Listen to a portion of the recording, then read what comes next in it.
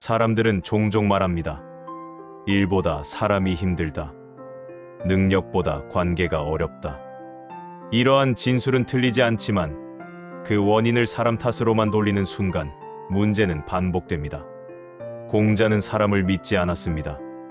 이 말은 오해를 부를 수 있습니다. 공자는 인간을 혐오한 것이 아니라 오히려 인간을 지나치게 정확하게 관찰한 사람이었습니다. 그래서 그의 철학은 따뜻함보다 차가운 현실을 직시합니다. 위로보다는 인내를 강조합니다. 공자는 기원전 551년에 태어나 몰락한 귀족 가문에서 성장했습니다. 어린 시절부터 그는 안정과는 거리가 멀었고 정치에 대한 열망을 품고 평생 관직을 원했지만 번번이 밀려났습니다. 그는 이상을 이야기했지만 현실을 모르는 이상주의자는 아니었습니다. 정치의 현장을 직접 경험하며 사람에게 실망하고 권력의 민낯을 목격했습니다. 그래서 공자는 사람을 바꾸려 하지 않았습니다. 그는 사람 위에 질서를 세우려 했습니다. 공자가 본 인간은 단순합니다. 가까워지면 선을 넘고 멀어지면 원망합니다. 잘해주면 당연하게 여기고 거절하면 배신으로 받아들입니다. 그는 이러한 문제를 해결하려 하지 않았습니다. 해결 불가능하다는 것을 알았기 때문입니다. 대신 그는 이를 관리하고자 했습니다. 그에 따라 나온 말이 있습니다. 사람은 가까워지면 무례해지고 멀어지면 원망한다. 이 말에는 감정도 도덕도 없습니다. 오직 관찰만이 존재합니다. 공자는 인간에게 기대하지 말라고 하지 않았습니다. 대신 기대를 구조 안에 가두라고 말합니다. 공자의 핵심 개념은 인이 아닙니다. 사람들이 오해하는 사랑도 아닙니다. 공자의 진정한 핵심은 선입니다. 선을 넘지 않는 것, 이것이 그의 출발점입니다. 자기가 원하지 않는 것을 남에게 하지 말라는 것은 착하라는 말이 아닙니다. 이는 관계의 파탄을 막는 최소한의 규칙입니다. 공자는 인간이 선해질 수 있다고 믿지 않았습니다. 그러나 그는 인간이 선을 지킬 수 있다고 보았습니다. 그래서 그의 철학은 사람을 통제하지 않고 자기를 통제하게 합니다. 공자는 가장 위험한 인간 유형을 악인으로 보지 않았습니다. 대놓고 나쁜 사람은 오히려 다루기 쉽습니다. 그가 가장 경계한 사람은 겉으로만 옳은 말을 하는 사람입니다. 책임지지 않는 정의, 행동 없는 도덕이 그가 우려한 대상이었습니다. 공자는 이러한 사람들을 향원이라 불렀습니다. 마을 사람들에게는 모두 좋은 사람처럼 보이지만 결정적인 순간에는 아무것도 책임지지 않는 사람들입니다. 이들은 기준을 흐리고 선과 악의 경계를 지워 조직을 망칩니다.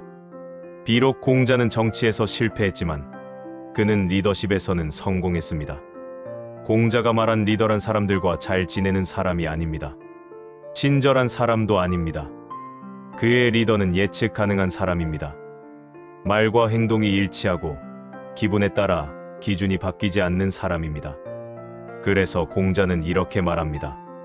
군자는 화합하되 같아지려 하지 않고 소인은 같아지려 하되 화합하지 않는다. 리더는 모두와 같은 생각을 할 필요가 없습니다. 다만 모두가 그 기준을 예상할 수 있어야 합니다. 공자는 친밀함이 조직을 살린다고 보지 않았습니다. 오히려 친밀함은 조직을 망친다고 믿었습니다. 정확히 말하면 기준 없는 친밀함이 문제입니다. 그래서 공자는 정칭보다 예리를 앞세웁니다. 예는 격식이 아닙니다. 사람 사이의 안전거리를 정하는 것입니다. 어디까지 가능한지, 어디서 멈춰야 하는지를 미리 정해두는 선이 필요합니다. 공자는 감정을 부정하지 않았지만 감정이 판단의 기준이 되는 것을 경계했습니다. 감정은 순간을 살리지만 구조를 망칩니다. 그래서 그는 사람을 움직이려면 감정을 자극하지 말고 예측 가능하게 만들어야 한다고 말합니다. 이것이 공자의 리더십입니다. 사람들은 흔히 이렇게 말합니다. 저 사람은 왜 저렇게 행동할까? 왜 말과 행동이 다를까? 공자는 이 질문 자체가 잘못되었다고 보았습니다. 사람은 원래 말과 행동이 다를 수밖에 없다고 믿었습니다. 왜냐하면 사람은 상황에 반응하고 이익에 흔들리며 체면을 의식하기 때문입니다. 그래서 그는 사람에게 기대를 걸지 않았습니다. 대신 역할에 기대를 걸었습니다. 아버지는 아버지답게, 자식은 자식답게 행동해야 하며 임금은 임금답게, 신하는 신하다워야 한다고 말입니다.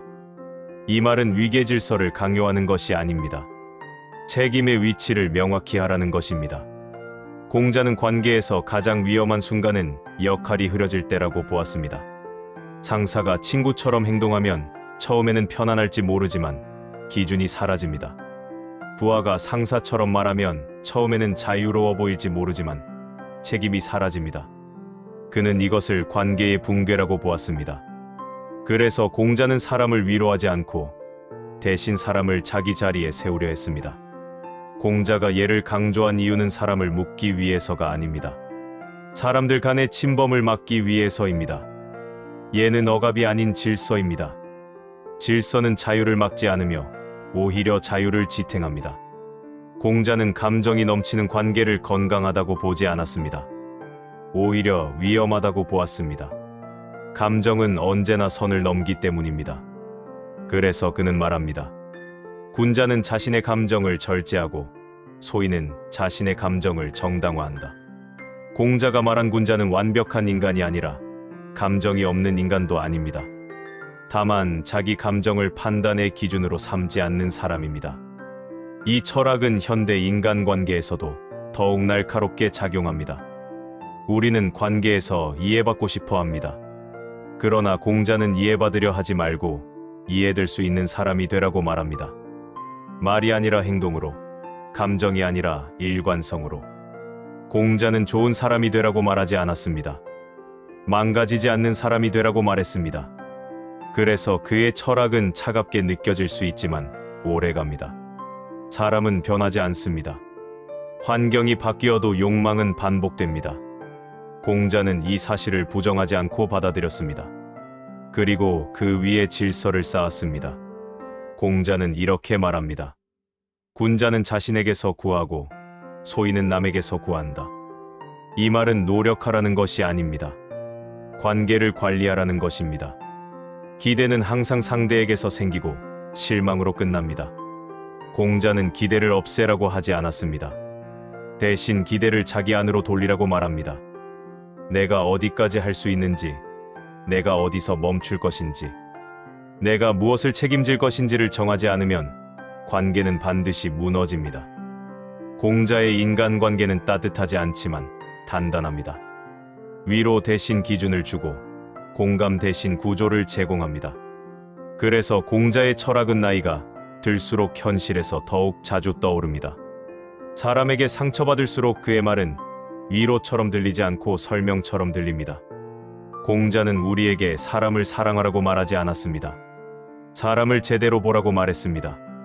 사람은 기대하면 실망시키고 믿으면 배신하며 가까워지면 선을 넘습니다. 이것은 비관이 아니라 관찰입니다. 공자는 이 관찰을 부정하지 않았습니다. 그래서 그의 말은 지금도 유효합니다. 관계는 감정으로 시작되지만 질서로 유지됩니다. 이 질서를 포기하는 순간 관계는 감정 싸움이 됩니다. 공자는 이 싸움을 막고 싶었습니다. 그래서 그는 사람을 바꾸려 하지 않았고 세상을 바꾸려 하지 않았습니다. 그는 단 하나, 사람과 사람 사이의 선을 그으려 했습니다.